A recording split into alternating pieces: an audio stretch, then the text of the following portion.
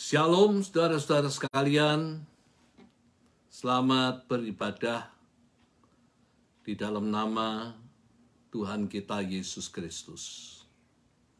Mari kita akan memulai ibadah pada pagi hari ini bersama-sama. Mari kita tundukkan kepala, kita menyerahkan seluruh acara ibadah ini di dalam tangan daripada Tuhan.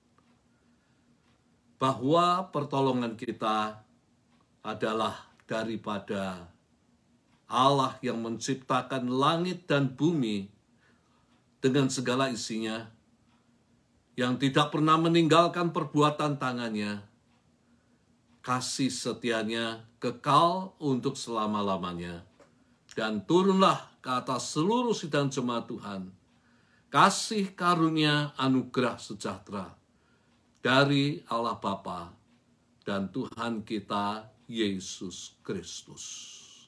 Kami mau menyerahkan saat ini di dalam tangan-Mu Bapa. Marilah Tuhan yang beracara, Engkau yang akan menyatakan hadirat-Mu di tempat di mana kami berada. Dimulai daripada hamba-Mu berdua, suami istri, dan seluruh jemaat, seluruh keluarga-keluarga yang mengikuti kebaktian online ini. Kami mau serahkan dalam tangan Tuhan, dan biarlah hadirat-Mu membawa kemenangan kepada kami. Hadirat-Mu akan membuat mujizat di dalam kehidupan kami. Kami serahkan baik pujian maupun firman yang akan diberitakan di dalam tangan Tuhan. Marilah Tuhan yang mengurapi, supaya pujian yang kami naikkan dan firman yang akan kami dengar, benar-benar Tuhan memberikan kekuatan yang baru, penghiburan, memberikan kesembuhan bagi yang sakit. Kami percaya kuasa baik dalam pujian maupun dalam firman-Mu yang kudus. Kami serahkan dalam tangan Tuhan, dan hamba-Mu berdua yang membawakan acara ini, Engkau sendiri mengkuduskan, mensucikan. Biarlah bara api daripada Tuhan menyucikan lidah-lidah kami, sehingga kami berkenan untuk kami boleh melayani Engkau pada pagi hari ini. Kuduskan kami berdua, tubuh, jiwa, dan roh kami. Dalam nama Tuhan Yesus kami berdoa dan mengucap syukur. Amin. Amin. Shalom. Puji Tuhan, saudara-saudara yang kekasih di dalam Tuhan Yesus Kristus. Apa kabar? Saya harap semuanya dimanapun saudara berada dalam keadaan baik, sehat, sukacita, dan tetap semangat. Kami dari BIC Shalom mengucapkan selamat bertemu lagi dalam online service live Facebook. Mari saudara-saudara, kita akan siapkan hati, arahkan hati kita dengan sungguh-sungguh tertuju kepada firman Tuhan yang sebentar akan diberitakan, yang selalu memberikan kekuatan baru dan tuntunan di dalam kehidupan kita sebagai orang-orang yang percaya. Mari saudara, kita akan pujikan bahwa Bapa itu setia, hendaknya kita hidup sesuai dengan kehendak daripada Tuhan. Hidup yang disukai oleh Tuhan, sehingga kita berkenan di hadapannya, karena Dia setia selalu mengiringi kepada kita. Ada amin saudara?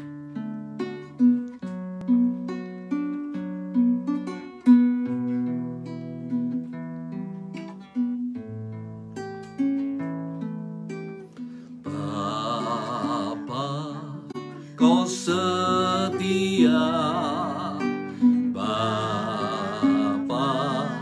Kau mulia, tenanglah jiwaku, aman bersamamu.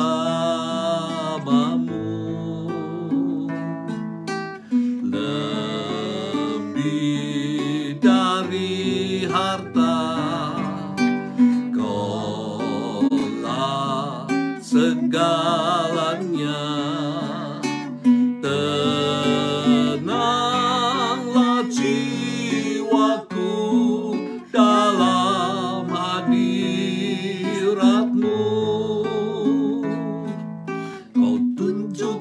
kasih setiamu. Kau menyediakan yang ku perlu. Kau setia, kau mulia, dulu, sekarang, dan selamanya. Kau tunjukkan kasih setiamu. Kau menyediakan yang ku perlu. Kau setia, kau mulia, Bapa, kau setia.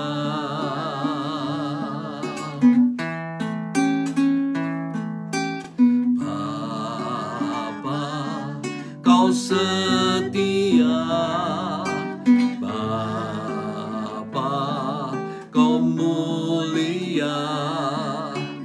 Tenanglah jiwaku, aman bersamamu. Lebih dari harta, Kaulah segalanya. Tenanglah jiwaku dalam hadirat-Mu. Kau tunjukkan kasih setiamu. Kau menyediakan yang ku perlu. Kau setia, kau mulia, dulu, sekarang, dan selamanya. Kau tunjukkan kasih setiamu. Kau menyediakan yang ku perlu. Kau setia, kau mulia, Bapa, kau setia. Kau tunjukkan kasih setiamu. Kau tunjukkan kasih setiamu. Kau menyediakan yang ku perlu. Kau setia, kau mulia, dulu, sekarang, dan selamanya. Kau tunjukkan kasih setiamu.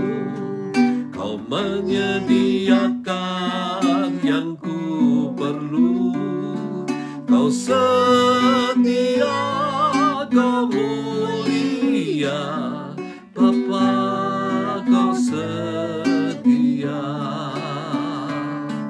Kau setia, kau mulia, Bapa, kau setia.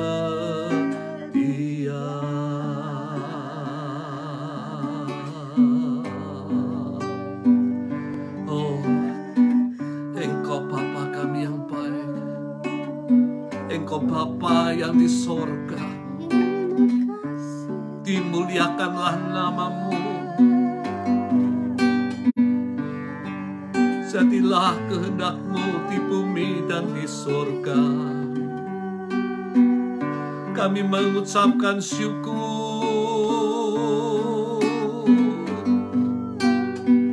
Engkau Bapa kami yang baik. Kami muliakan nama-Mu, Tuhan. Kami datang ke hadirat-Mu. Kami mau menyembah Engkau. Kami mau memuliakan nama-Mu. Kami mau memuliakan nama-Mu. Oh, haleluya.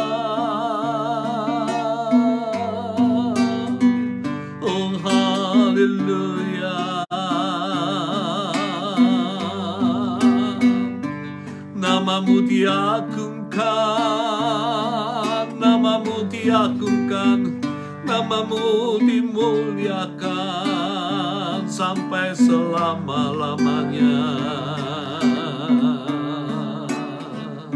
Haleluya,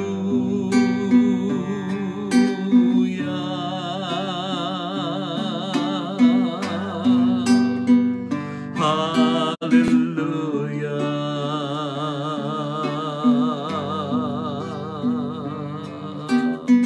Haleluya Yesus. Haleluya. Haleluya. Kau tunjukkan kasih setiamu, kau menyediakan yang ku perlu. Kau setia, kau mulia, dulu, sekarang, dan selamanya. Kau tunjukkan kasih setiamu, kau menyediakan yang ku perlu. Kau setia, kau mulia, Bapa, kau setia. Kau tunjukkan kasih setiamu, kau menyediakan yang ku perlu. Kau setia, kau mulia, dulu, sekarang, dan selamanya. Kau tunjukkan kasih setiamu, kau menyediakan yang ku perlu. Kau setia, kau mulia, Bapa, kau setia.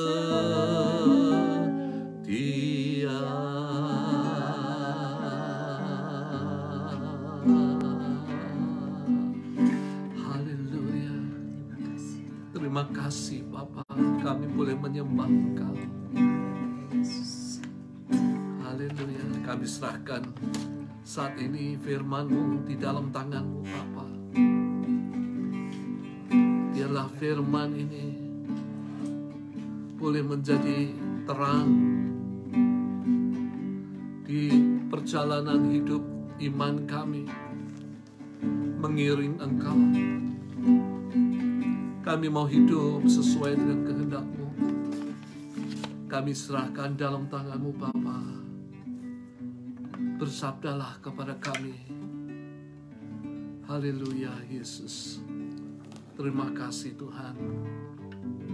Biarlah Engkau urapi firman ini, supaya kuasa firman ini mengubah kami. Kuasa firman ini menghibur kami, menerbitkan harapan baru dalam kehidupan kami, di dalam mengikut kepada Engkau, karena Yesus yang menjadi pengharapan kami dalam kehidupan ini. Kami menyerahkan di dalam tangan Bapa. Terima kasih Tuhan.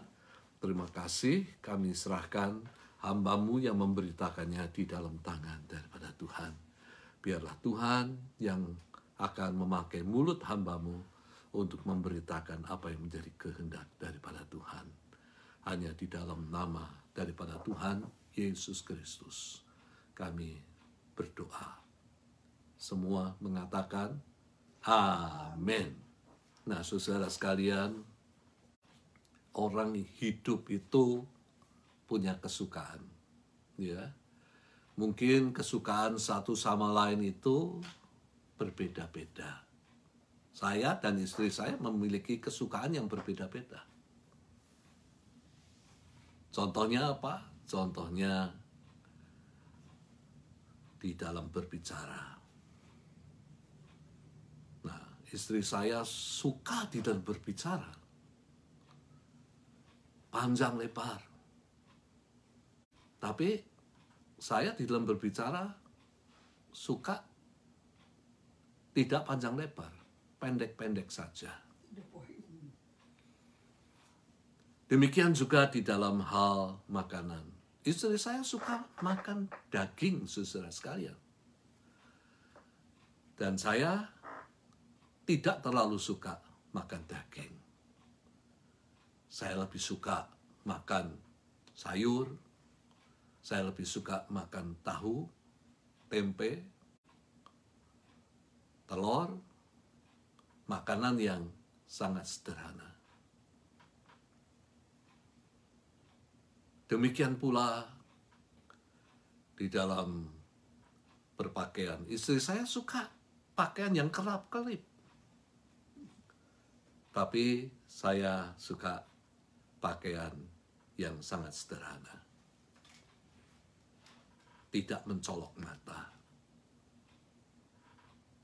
Suami istri bisa memiliki kesukaan yang berbeda-beda. Dan pada saat ini kita akan melihat apa yang menjadi kesukaan daripada Allah bagi kehidupan kita bersama.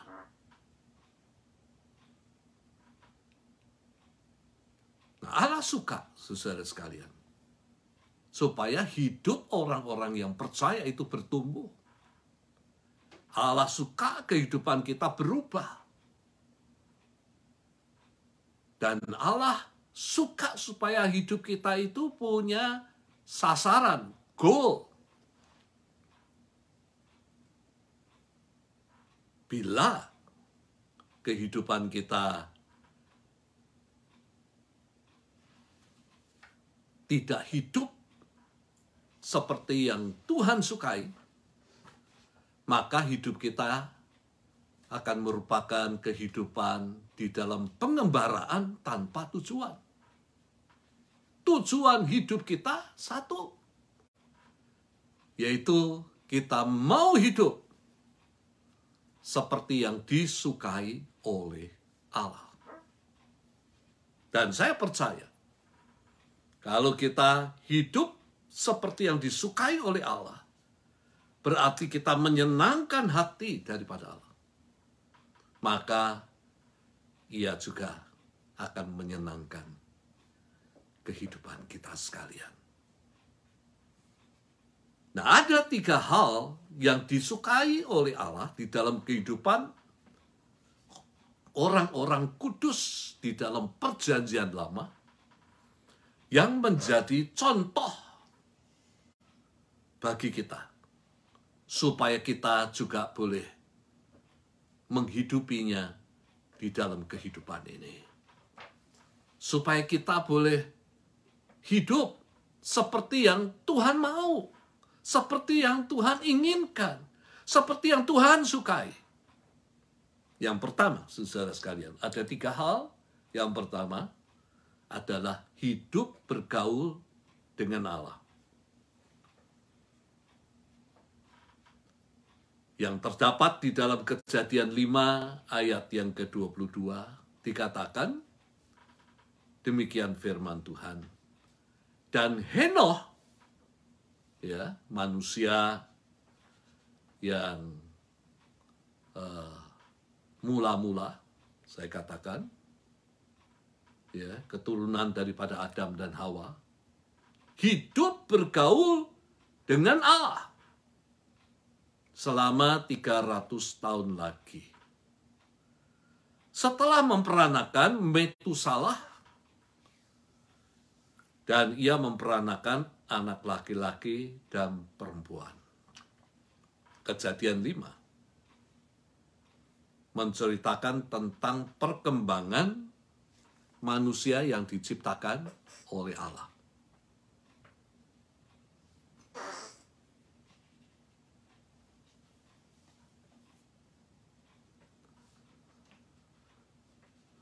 Dari sepasang manusia yang bernama Adam dan Hawa. Di dalam Kejadian 5 dikatakan bahwa manusia itu berkembang. Istilahnya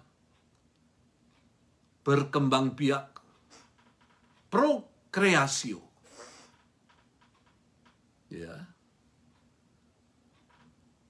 Sehingga menjadi banyak dari sepasang manusia yang diciptakan oleh Allah. Namun, cerita tentang beranak pinak terselip kisah kehidupan seorang manusia yang istimewa. Yang bukan hanya mengenai masalah beranak pinak saja, tapi hidupnya lain daripada yang lain, yang dituliskan di dalam Kejadian pasal 5, yaitu bahwa dia memiliki kehidupan bergaul dengan Allah. Dan orang itu bernama Henokh. Di dalam usia yang masih sangat muda, 65 tahun. Ya. Kalau kita bandingkan dengan manusia yang hidup ratusan tahun, maka Henokh di dalam usia 65 tahun, usia yang masih sangat muda.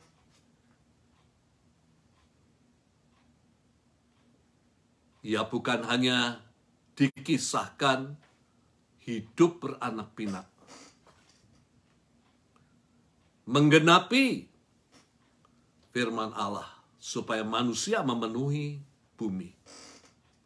Tetapi di dalam usia yang sangat muda, ia mulai bergaul dengan Allah selama 300 tahun. Dan setelah itu, ia tidak ada lagi.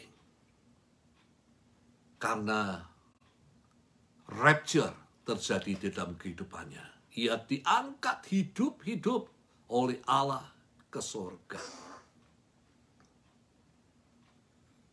Apa yang Allah kehendaki di dalam kehidupan kita? Tidak lain mencontoh kehidupan orang kudus pada zaman yang lalu. Orang kudus di dalam zaman perjanjian lama. Supaya kita hidup bergaul dengan Allah. Nah, saya tidak tahu, saudara sekalian, apakah saudara hidup bergaul dengan Allah? Hidup bergaul dengan Allah bukan merupakan hal yang sulit untuk dipraktekkan di dalam kehidupan kita.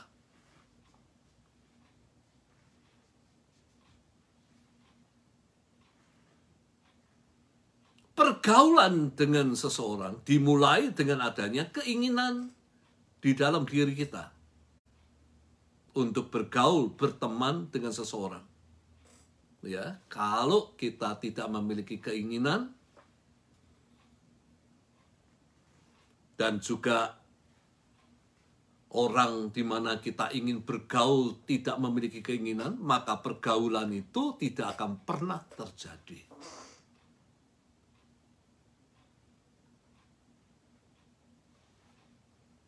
Tapi kalau kita ingin memiliki keinginan untuk bergaul, untuk berteman,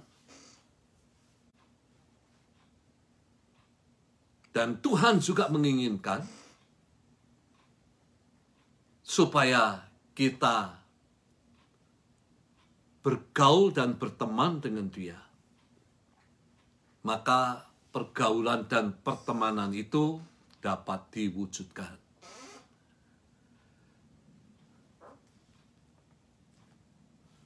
Hidup bergaul dengan Allah atau berhubungan dengan Allah, Henokh mempraktekkan hubungan itu di dalam doa. Melalui itu ia berhubungan dengan Allah setiap hari. Ia berbicara dengan Allah. Dan Allah berbicara dengannya. Henokh berjalan bersama dengan Allah. Dan ini menjadi contoh bagi kita. Untuk kita melakukan apa yang Tuhan sukai. Yaitu berjalan bersama-sama dengan Dia. Di tengah-tengah kesibukan. di tengah-tengah kesibukan pekerjaan kita, di tengah-tengah kebingungan menghadapi masalah COVID yang bermutasi, yang mulai marak di mana-mana. Di tengah-tengah kehidupan ekonomi yang berat, di tengah-tengah beban hidup yang melelahkan dan berat, kita menyadari jika kita hidup bergaul dengan Allah, kita menyadari bahwa Allah itu ada di sisi kita. Dan semua yang kita hadapi itu akan membuat hidup kita lebih dekat kepadanya. Karena kita mengandalkan Dia dalam kehidupan ini. Apa yang terjadi, saudara sekalian? Banyak kita lihat di tengah-tengah kesulitan yang dihadapi. Bukannya anak-anak Tuhan itu hidup lebih dekat kepada Tuhan, malah menjadi tawar hati. Malah ada yang mengancam Tuhan akan pindah agama, meninggalkan iman percayanya kepada Yesus. Kalau Tuhan itu tidak menolongnya. Ya, jangan sekali-sekali kita mengancam Tuhan. Nggak boleh kita mengancam Tuhan. Kita harus hormat akan nama Tuhan. Artinya kita harus takut akan Tuhan. Selalu kata-kata kita memuliakan nama daripada Tuhan.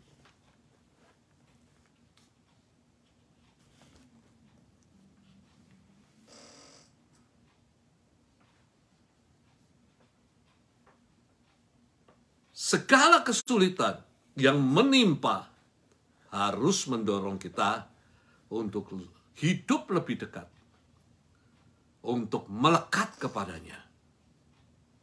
Karena Dia penolong kita, Dia juru selamat kita, bukan hanya nanti, tetapi juga di dalam dunia ini. Alkitab mengatakan, tanpa Tuhan, kita tidak dapat melakukan apa-apa. Tapi bersama dengan Tuhan, kita dapat menghadapi segala kesulitan yang menimpa kepada kita. Ingatlah bahwa kita ini demikian lemah. Kita tidak mampu untuk keluar daripada segala kesulitan yang kita hadapi. Tapi kita punya Tuhan, di mana Alkitab mengatakan Dia dapat melakukan segala perkara yang mustahil bagi manusia. Itu tidak mustahil bagi Tuhan. Ingatlah kata-kata ini. Hidup bergaul dengan Allah berarti kita berjalan bersama-sama. Walaupun kita tidak dapat melihatnya. Karena apa? Karena wujud Allah itu, wujud yang asli daripada Allah, adalah roh adanya. Namun kita dapat mendengar suaranya. Kita dapat mendengar derap langkahnya melalui firman-Nya. Ia ada di sana. Jadi hidup bergaul dengan Allah itu bukan hanya bergaul melalui doa, tetapi juga harus bergaul melalui firman-Nya. Tuhan yang adalah roh dapat kita temui di dalam doa dan firman-Nya. Ia ada di sana. Marilah pada saat ini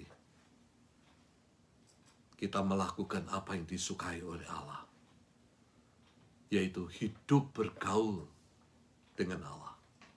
melalui doa dan firman-Nya. Yang kedua, apa yang disukai oleh Allah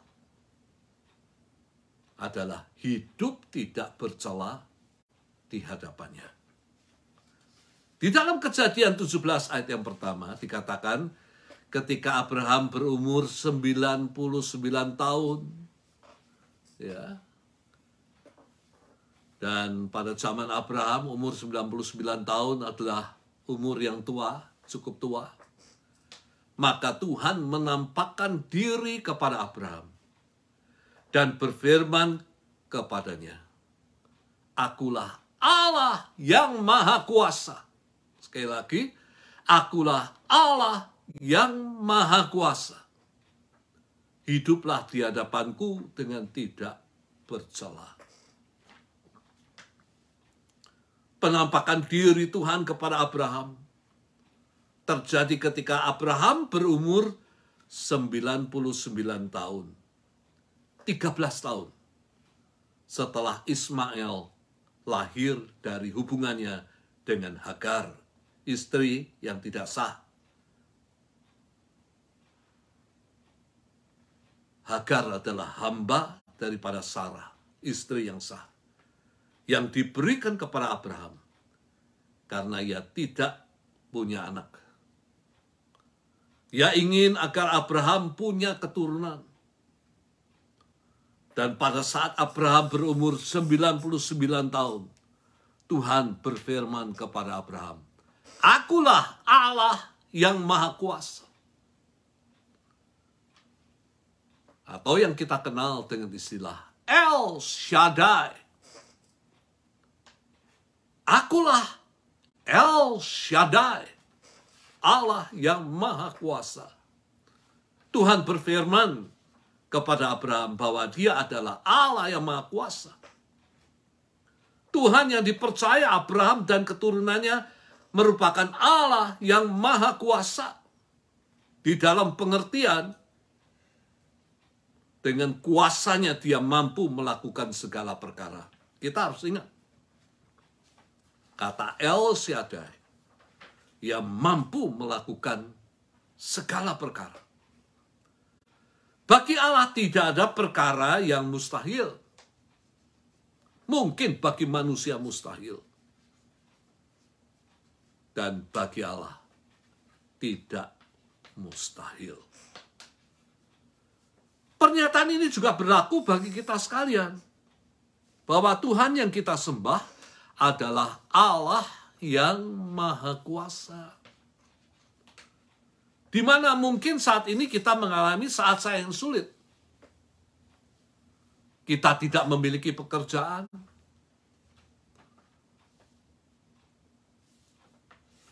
Kehidupan ekonomi kita menjadi mundur. Kita mengalami sakit penyakit. Usaha yang kita kerjakan mengalami kemunduran. Namun dengan kata El Shaddai, kita harus tetap memiliki keyakinan iman yang kuat terhadap pernyataan Tuhan ini. Jangan kita pernah meragukan. Jangan kita pernah bimbang bahwa Tuhan Yahweh, ya, istilah Tuhan huruf besar adalah Yahweh. Jangan kita meragukan bahwa Allah yang kita sembah adalah Allah yang Maha Kuasa atau El Shaddai. Ia yang menjadi pelindung bagi Abraham. Ia yang memberikan Abraham kemenangan terhadap musuh-musuh yang menakutkan. Dan ia menggenapi janji-janjinya terhadap Abraham. Sekali lagi, bahwa Allah yang memberikan kepada Abraham perlindungan. Apakah kita percaya bahwa Allah mampu melindungi kita? Karena dia adalah Allah El Shaddai.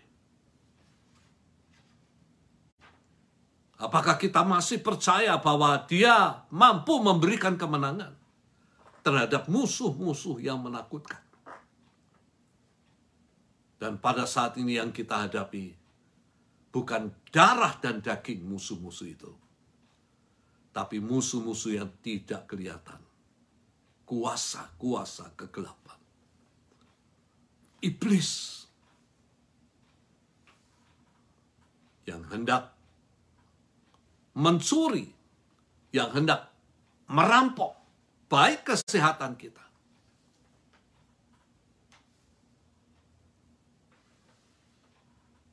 yang hendak menghancurkan usaha kita,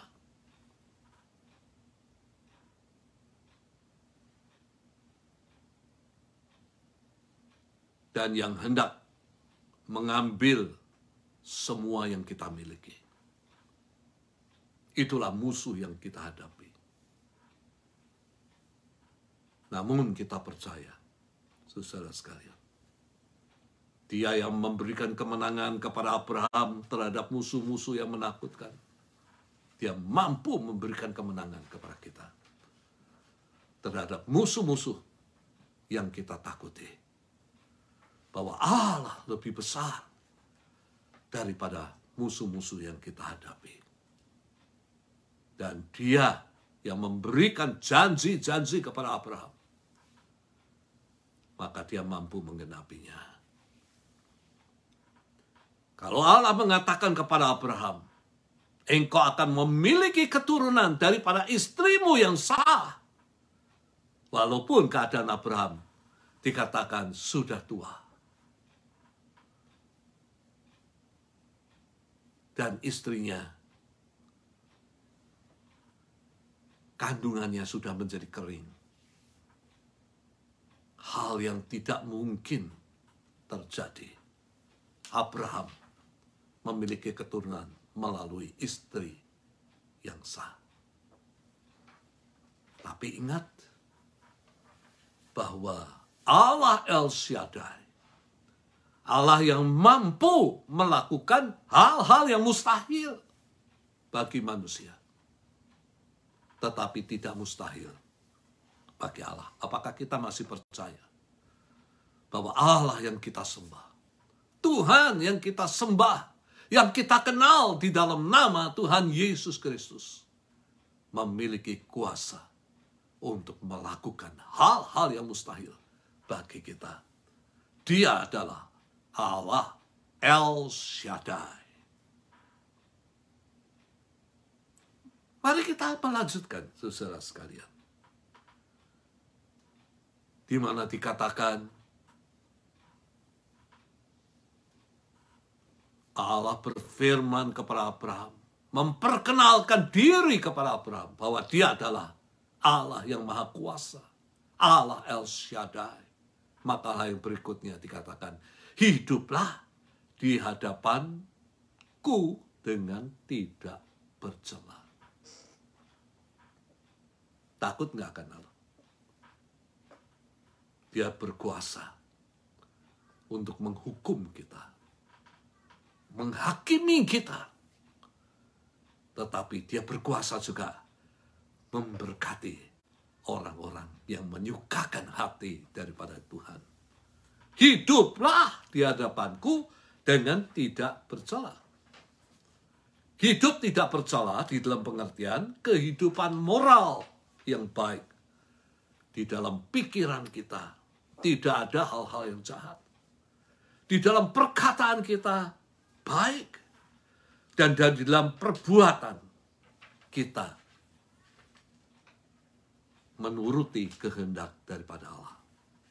Sehingga saya katakan orang yang hidup tidak bercela, sesuai dengan kata-kata cela, tidak ada satu kuasa, tidak ada manusia yang bisa melihat celah di dalam kehidupan kita untuk mencela hidup kita. Sehingga nama Tuhan itu direndahkan dan dipermalukan. Hidup di hadapanku dengan tidak bercela, itu berkaitan dengan perjanjian daripada Allah.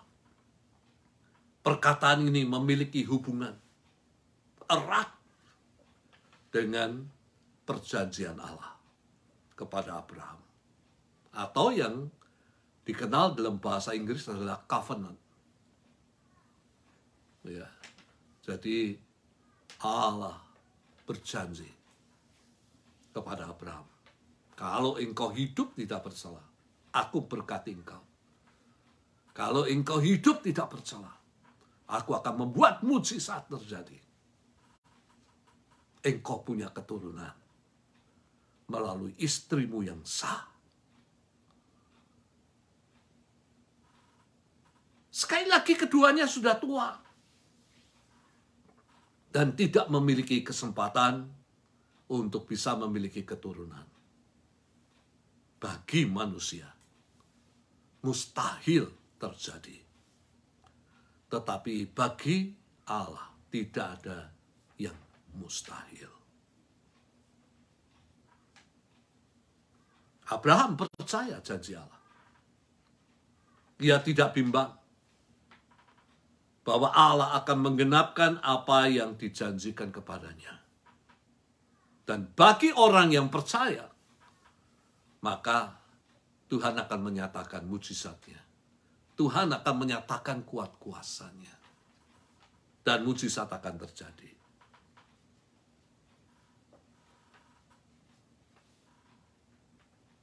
Hidup tidak bercela menyangkut perjanjian daripada Allah. Allah berjanji kepada Abraham. Dan dia akan menggenapkan apa yang dijanjikan. Namun, bagi Abraham dan keturunannya, Tuhan berfirman bahwa mereka harus disunat. Ini perjanjian daripada Allah. Kata perjanjian selalu melibatkan dua pihak. Allah berjanji memberkati, dan Abraham penerima janji harus melakukan sunat. Sunat lahiriah melambangkan sunat hati di dalam perjanjian baru. Di mana kehidupan yang lama, yang kotor harus ditanggalkan melalui baptisan air. Di mana hidup yang lama itu dikuburkan bersama dengan Yesus. Dan kita dibangkitkan bersama dengan Dia di dalam kehidupan yang baru.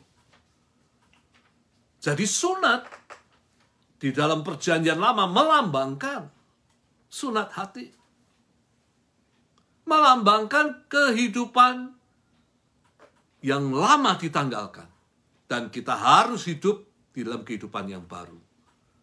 Artinya semua yang kotor, baik di dalam perkataan, di dalam pikiran dan perbuatan, harus dibuang jauh-jauh dari kehidupan kita yang mengaku sebagai orang-orang yang percaya.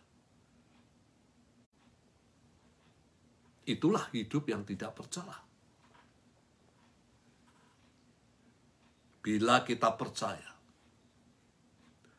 dan tidak hanya cukup dengan percaya, serta membuang segala yang kotor dari dalam kehidupan kita, maka yang Allah janjikan pasti digenapi di dalam kehidupan kita. Janji berkat akan digenapi dalam kehidupan kita. Janji Allah kepada Abraham, dia akan memiliki anak yang sah dari istri yang sah, dan ia telah menggenapi janjinya. Juga di dalam kehidupan orang-orang yang tidak melakukan kejahatan di pemandangan matanya. Hiduplah tidak bercela. Karena dia adalah Allah El Shaddai. Allah yang mampu melakukan segala perkara. Allah yang memberkati orang-orang yang hidup tidak bercela di hadapannya. Hiduplah di dalam kehidupan yang disukai oleh Allah. Yang ketiga, saudara sekalian, hidup mengikuti Tuhan Allah. Saya baca ayatnya di dalam Ulangan 13 ayat yang keempat. Dikatakan Tuhan Allahmu kamu harus ikuti. Ya, bukan Tuhan-Tuhan yang lain, bukan tuan-tuan yang lain. Tapi Tuhan Allahmu harus kamu ikuti. Kamu harus takut akan Dia. Kamu harus berpegang pada perintah. Suaranya harus kamu dengarkan. Kepadanya kamu harus berbakti dan berpaut. Ini merupakan perintah Tuhan kepada seluruh bangsa Israel pada zaman Musa untuk dilakukan. Dan ini juga berlaku bagi orang-orang yang percaya. Mengikuti perintahnya. Ini yang pertama. Orang yang takut akan Allah, atau di dalam kata lain, orang yang takut akan Allah itu adalah orang yang menghormati Allah. Dan orang yang menghormati Allah itu orang yang selalu berpegang pada perintah Allah. Dan hidup sesuai dengan perintah Allah. Tidak menyimpang ke kanan maupun ke kiri. Ada 3 pahlawan iman di dalam zaman Daniel, saudara sekalian. Saudara dapat membaca dalam kitab Daniel. Dan 3 pahlawan iman bernama Sadrah, Mesak, dan Abednego. Orang-orang Israel yang tertawan di kerajaan Babil. Mereka tetap berpegang pada perintah Allah. Ketika Raja Babil, dia mengeluarkan perintah supaya orang-orang dalam kerajaannya, ketika mendengar bunyi-bunyian musik, menyembah kepada patung yang didirikan oleh Raja Babil. Atau jika mereka tidak mau menyembah, mereka akan dihukum di dalam perapian yang menyala-nyala. Tetapi Sadrah, Mesak, dan Abednego menolak menyembah kepada patung yang didirikan Raja Babil. Oleh karena apa? Oleh karena berpegang kepada firman Allah.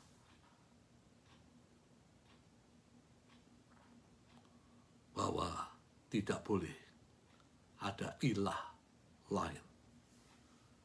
Hanya orang Israel harus menyembah kepada Tuhan Allah yang sudah menciptakan, yang sudah menetapkan Abraham dan keturunannya menjadi milik daripada Allah. Dan ini menarik, saudara sekalian. Berpegang kepada firman daripada Allah. Bagi kita, apapun yang kita rencanakan, apapun yang kita mau lakukan, dan apapun kesulitan yang kita hadapi, berpeganglah kepada firman daripada Allah. Karena firman Allah tidak pernah salah untuk menghadapi segala perkara yang kita hadapi. Hal yang kedua dikatakan, mengikut Tuhan itu adalah mendengar suaranya. Dengar suara daripada Tuhan. Dan suara daripada Tuhan itu diberikan melalui nabi-nabinya. Dan melalui hamba-hamba daripada Tuhan. Yang ditetapkan oleh Tuhan. Untuk memimpin kehidupan umatnya. Supaya mereka hidup berjalan di dalam kebenaran Tuhan. Dan yang berikutnya dikatakan, berbakti dan berpaut kepada Tuhan. Kita harus menyembahnya kepada Tuhan Allah. Tidak boleh menyembah kepada ilah-ilah yang lain. Yang bukan hanya berbicara tentang patung-patung pada saat itu, tetapi juga pada saat ini berbicara tentang ilah-ilah pada zaman ini. Yang bisa berbentuk benda, bisa berbentuk manusia. Kita tidak boleh mementingkan, mengutamakan baik benda-benda maupun manusia. Tidak boleh mendewakan manusia. Tapi kita harus menyembah hanya kepada Tuhan Allah.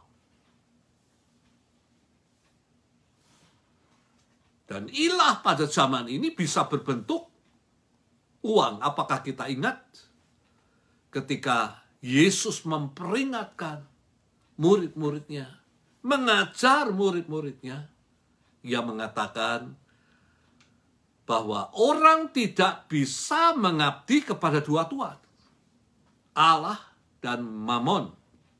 Mammon itu dewa uang atau uang yang didewakan, melebihi Allah. Jadi jika kita berbicara tentang ilah pada zaman ini tidak lagi berbentuk di dalam bentuk patung, tapi bisa berbentuk materi atau manusia yang didewa-dewakan. Dan orang yang melakukan itu, ia tidak dengar-dengaran terhadap Tuhan. Tidak lagi berpegang pada perintah-perintahnya. Hanya kepada Tuhan Allah. Dan Tuhan Allah yang saya maksud, sekali lagi, bukan Allah-Allah yang dikenal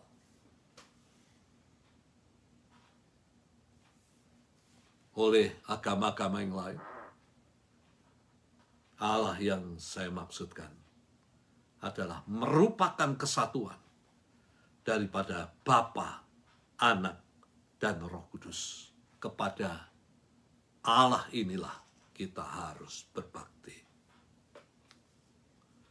Bukan hanya kita harus berbakti, tapi kita harus berpaut kepadanya. Kata berpaut itu mempunyai pengertian andalkan dia dalam kehidupan kita. Di dalam segala sesuatu yang kita hadapi, mohon belas kasihannya untuk menolong kita. Ya, jadi sekali lagi kita tidak bisa berdoa memaksa Tuhan. Firman Tuhan mengatakan kehendak Tuhan itu yang terjadi. Baik di bumi maupun di sorga. Ingat doa Bapa kami. Di dalam doa kita hanya bisa memohon, menangis, supaya Tuhan berbelas kasihan untuk menolong kepada kita. Saya simpulkan 3 hal yang Tuhan sukai dalam kehidupan orang-orang yang percaya. Yang pertama, hidup bergaul. Yang kedua, hidup tidak bercela. Yang ketiga, hidup mengikuti Tuhan Allah. Saya tutup, saudara sekalian. Bila kita hidup di dalam kehidupan yang disukai Allah, bila kita hidup menyenangkan hati Allah, kata lain, bila kita hidup sesuai dengan keinginan daripada Allah, maka Tuhan pun akan menyenangkan kehidupan kita. Percayalah, kalau kita senangkan hati daripada Allah, Dia akan juga menyenangkan hati kita. Di dalam pengertian, Dia pasti akan menggenapkan janji-janjinya. Dia pasti akan menolong kita. Dia pasti akan menyembuhkan kita. Dia pasti akan menyelamatkan kita dari kesesakan-kesesakan yang kita hadapi. Apakah kita masih percaya bahwa menyenangkan hati Tuhan, Tuhan pun akan menyenangkan hidup kita. Tidak akan membuat kita kecewa. Amin. Mari kita bersama-sama kita masuk di dalam doa bersama-sama. Apa yang engkau hadapi saat ini? Bagi Tuhan tidak ada perkara yang mustahil. Kita tetap harus percaya kepada Tuhan. Tanpa Dia, kita tidak mampu menghadapi segala yang kita hadapi dalam kehidupan ini. Dia adalah penolong kita. Dia adalah juru selamat kita yang mampu menyelamatkan kita dari segala sesuatu yang kita hadapi. Mari saat ini teguhkan imanmu, teguhkan percayamu kepada Tuhan. Katakan, engkau adalah Allah El Shaddai yang mampu melakukan segala perkara. Haleluya, kami serahkan saat ini dalam tangan Tuhan mereka yang memiliki pergumulan yang sulit. Marilah Bapa, nyatakan kuat kuasa-Mu. Kalau kami hidup menyenangkan hati-Mu, Engkau juga akan menyenangkan kami. Dan biarlah Tuhan, Engkau nyatakan kuat kuasa-Mu. Ampuni kami bila kami tidak hidup sesuai dengan kehendak daripada Tuhan, sehingga kami mendukacitakan Engkau. Ampunilah kami Bapa. Kami menyerahkan saat ini di dalam tangan-Mu, dan biarlah kami boleh melihat bahwa hati Tuhan disenangkan, disukacitakan melalui kehidupan kami. Dan kami percaya Bapa, Engkau akan menggenapkan janji-janji-Mu yang tertulis di dalam Alkitab. Semua janji-janji daripada Tuhan, maka digenapi di dalam kehidupan kami. Kami menyerahkan pergumulan anak-anak-Mu di dalam tangan Tuhan, dan biarlah Engkau yang menjadi penolong dan juru selamat di dalam kehidupan anak-anak-Mu. Engkau yang akan menyembuhkan yang sakit di dalam nama Tuhan Yesus. Sembuhkan yang sakit Bapa, yang tidak memiliki pekerjaan dalam nama Tuhan Yesus. Engkau bukakan jalan yang lebar supaya anak-anak-Mu memiliki pekerjaan dan dapat survive dalam kehidupan ini. Demikian pula pada saat ini yang mengalami kesusahan, mengalami kedukaan, Engkau berikan penghiburan-Mu Bapa.